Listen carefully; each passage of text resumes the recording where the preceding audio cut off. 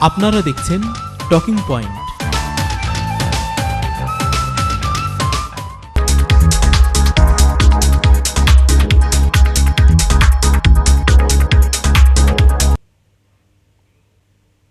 Welcome back to Talking Point. Our guest today is Councillor Unmesh Deshai from Newham Council. Councillor Deshai, we were talking about the different aspects of a councillor's life in Newham Council and the problems and perceptions of people and how best to get out of the services and during this era of economic crisis. What is the percentage of British Bangladeshis in Newham area? It's growing, already well established. Many people moving from Tower Hamlets, but people, British Bangladeshi, sort of growing up, born in Newham and growing up in Newham. In terms of the ethnic minority community in Newham is around 70% of 65% of Newham's population. Around 40 to 50% is of people from the Indian subcontinent, and I would say that the British Bangladeshi community is the fastest growing component. This is the third generation of... Indeed. But also the Bangladeshi community in Newham is now establishing itself and has established itself, in fact, in a number of ways. Business-wise, you only have to go to Green Street to see how the nature of the shopping centres and the arcades and the shops are changing. It's no more the particular in politics, restaurant, but they have gone into... Well, certainly the restaurant trade has always been dominated by British Bangladeshis, offering a variety of diets from all over the subcontinent. Politics, we now have 4 British councillors of British Bangladeshi origin. In Newham. Yeah, which roughly reflects the British Bangladeshi population in Newham. And all doing a very good job, striving to represent... Out of 60, you have 4. Out of 60, 4. We have people from British Indian backgrounds, from British Pakistani backgrounds, 2 or 3 African origin councillors, people from the Caribbeans, indigenous white working class community-based councillors. Of course, you always strive for better representation, not just numbers, but also a better representation. In sports, if you look at the local football scene, for instance, the local cricket scene, people trying to make their way up, and I know that West Ham United Football Club are actively trying to develop links with local communities to get the best talent from all communities. They usually have a junior team, a young... Indeed. So both in the sporting world, in the business world, in the financial world, in the political world, the British Bangladeshi community in Newham is making an impact. And as I said at the speech 2 years ago to celebrate Bangladesh Independence Day, that the day is a reminder of the contribution that the British Bangladeshi community is making to Newham's life in all these aspects, political, economic and social. What is the job situation? How many young people are unemployed? What is the percentage? And what is the percentage among those unemployed of Bangladeshi people? Well, the job situation is something clearly that we have concerns about. And of course, you've got the national patterns, you've got London-wide patterns.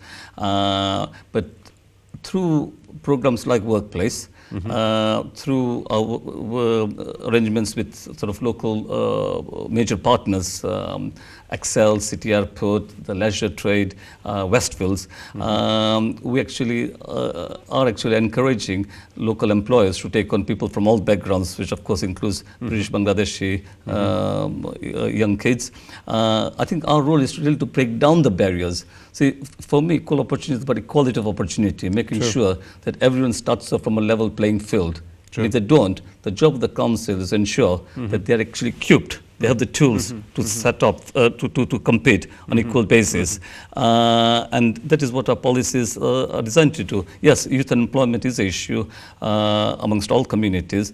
And at the level of educational achievement as well, is, although our GCSE results this year were very, very good, and they were above the national sort of average. But do they stop they there? bucked the national do trend. they go beyond the GCSE and O levels? And that is something that we're always looking at, the nature of our secondary schooling education. How can we do better? Primary school results, as I say, we bucked the national trend. The GCSE results bucked the national trend, but above the national average. More children are going to universities, including the more prestigious Russell Group universities. But we are also looking at people who don't want to follow traditional educational paths. It's about vocational training, about technical training. So it's about developing programs that actually match people's skills so they can actually enter the job market and compete on an equal basis. Do many of Newham young people go to the Docklands and join the white-collar job market? Do they? Increasingly. Was it City Airport? I was at a presentation that they did the other day, and they're going to provide us with figures of who they employ. But they employ a lot of people from the local area, but also the apprenticeship, not just City Airport, but other major employers, because of the diverse range of Newham's communities and the links that schools have with local businesses through, we've got institutions like the East London Business Alliance and other partnerships. We actually act as a channel for those potential employees to be matched up with employers. Right. But it's actually, as you say, ensuring that all sections of communities actually benefit from these various programs. Right. Still being talking about young people, since you are on the committee of crime and protection and probably drugs also, what is the drug situation among Newham youths? Well, it's something that I think does concern us all, and it's a sad reflection of what goes on around us. People get addicted, young children, there are organized gangs that supply these drugs. A lot of the crime of an opportunist nature in particular is fueled by people who want quick money, easy cash to buy drugs. And I believe what we need to do is actually both looking at helping people who want to break out from the drug dependency cycle, to genuinely want help. You have teams that counsel? Well, we have a drugs advisory team and so on. But a lot of money goes into drug prevention work, into drugs advisory programs. How effective is it? The problem is still there. So I think what we've got to do is to see who actually wants to be helped. Right. See, we've got a resilience strategy in Newham. Yes, the council has responsibilities, people have rights, but you don't have rights without responsibilities. Our whole philosophy is, in all aspects of life, is about helping people to stand up for themselves. That's what we call building resilience. So let's apply it to our drug prevention work. We expect our professionals to identify people who actually want help. And then, yes, let's help. It's better to help 5 people who can break out from the drug cycle completely and genuinely want help than spreading money over 30, 40 people for whom, you can pour money down the drain, but then the need for the next fix, they will go out and commit a crime. It's like youth offending. Identify people who want to break out from that cycle of offending, give them all the help that they need. Yes. I mean, the reality is, with all the cuts going on around us, we're not sitting on a bottomless pit of money. Right. So it's about how you use that money effectively to achieve your ends. So there are a number of organizations, third sector organizations, voluntary organizations, that deal with drugs all over East London. But I think it's about looking at what success we've achieved so far. There have also been failures, we've got to be honest and admit that. The level of drug dependency is still very, very high. The links with crime, we all know about that. So it's about how we target those limited resources Do you have more effectively. rehabilitation centers in Newham? Well, there are centers, and Councillors? there are professional assessments done and referrals made to those centers. But I come back to the main point. It is a serious issue. The links with crime are well documented.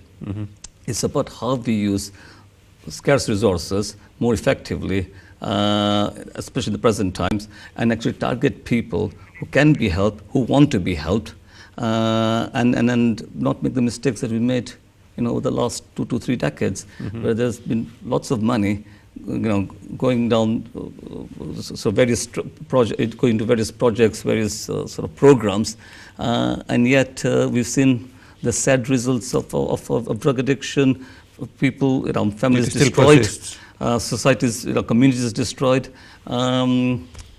Is it because people who are the drug barons, they are one step ahead of... Well, that was the second part. The first part is helping people who want to help themselves. It was, of course, targeting the gangs, the international gangs, the people who use mules from countries like Jamaica and Latin America. Right. The mule carriers are the ones who are poor people, desperate people, who will do anything to smuggle drugs in for the drugs barons because they are impoverished from poor communities. Right. It's those international gangs and cutting the flow of the supply into this country. Okay. So it's quite a complex area with lots of aspects to it. The international gangs, the mule carriers, how the drugs come in, how they're sold on our streets, the drug dealers. But as I said, there's also the other side of the coin, the victims. Yep. Well, that's the human loss, isn't it? What about the education of our youth in your Newham area? I mean, you talked about GCSE and having good results. Yes. But do those who get good results at GCSE and A levels, and do they really go beyond that and achieve? Go to universities, good universities? Increasingly so. And in fact, if you look at Newham, if I can give you some concrete examples, we now got Stratford, a free school in Stratford, 2 free schools in fact, the London Academy of Excellence, which is basically a partnership with the Russell Group of Universities. The whole idea is that they actually provide those first-rate facilities at 6th form level and target children who have actually grown up in Newham and done their GCSEs in Newham, and then can help them get on the first step of the ladder into sort of universities with well-established departments and develop careers. So it's about keeping that level of aspiration, not letting go of that vision, that we can always try to do better. So yes, the results are improving all the time. They may not be improving at the same rate as schools that are more well-funded and so on. So yes, education, people, quite rightly want the best for their children. But when you look at the statistics, our GCSE results year in, year out are improving. More and more children are going to university. Finally, Councillor, how would you wrap it up? How does the picture look in Newham and your job and whatever you have achieved so far? A bright place, lots of challenges, a lot of challenges met, a lot more to do, but we got every reason to be confident of building a better Newham and building on the successes of the 2012 Olympics. And don't give up hope. That's the message I want to give to your listeners. Vision, aspiration, resilience. The council is there. We have been elected by you. We have the resources, as I said, limited resources in the current climate, but our job is to help people stand up for themselves, get the best out of their local society, the local economy, and the future for the East End is bright. On that very hopeful note, Councillor Unmesh Deshai, we come to the end of this talking point. And sadly, the time always wins. So we come to the end. And thank you for being with us. It was a pleasure having you. Thank you. Thank you very much.